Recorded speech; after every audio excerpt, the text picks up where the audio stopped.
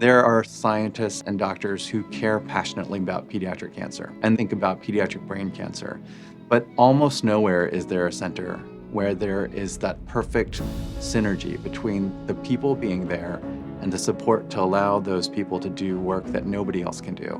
We have been working with the Hugheses for 5 years, but that has really every second been with Willie right next to us. It's a journey that we take because his legacy is so profound. The way that he approached fighting his own disease continues to inspire not only myself and this hospital, but our communities every day.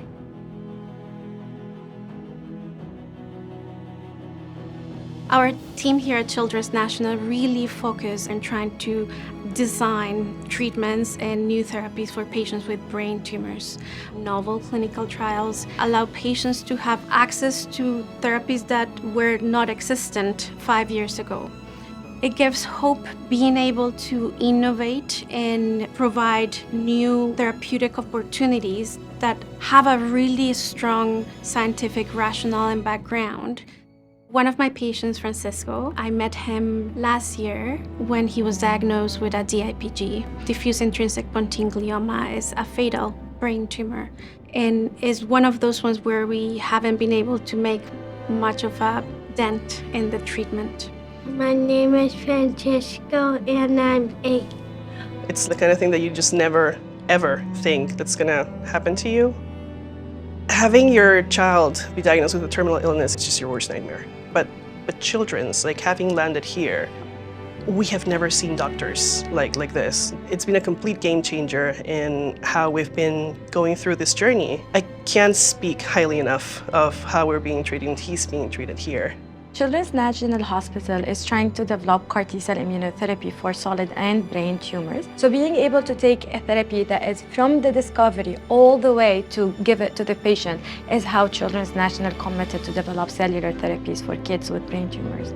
The support from the Willie Strong Foundation is very important in our efforts to combine CAR T-cell immunotherapy with the focused ultrasound. Well, one of the first things that shocked me when we got the diagnosis was how little funding pediatric brain cancer gets. That's when I really understood how important it was for people to invest, for people to be aware of this.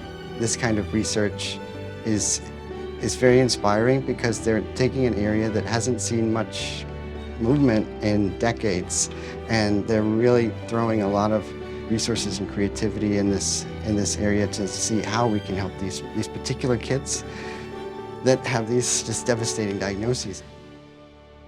He is currently being treated in one of the focused ultrasound studies, and he is a different kid than the one I met when he was diagnosed. He's happy, he's running around, which is something that I find very important for him, for his family, and for the treatment that we're doing.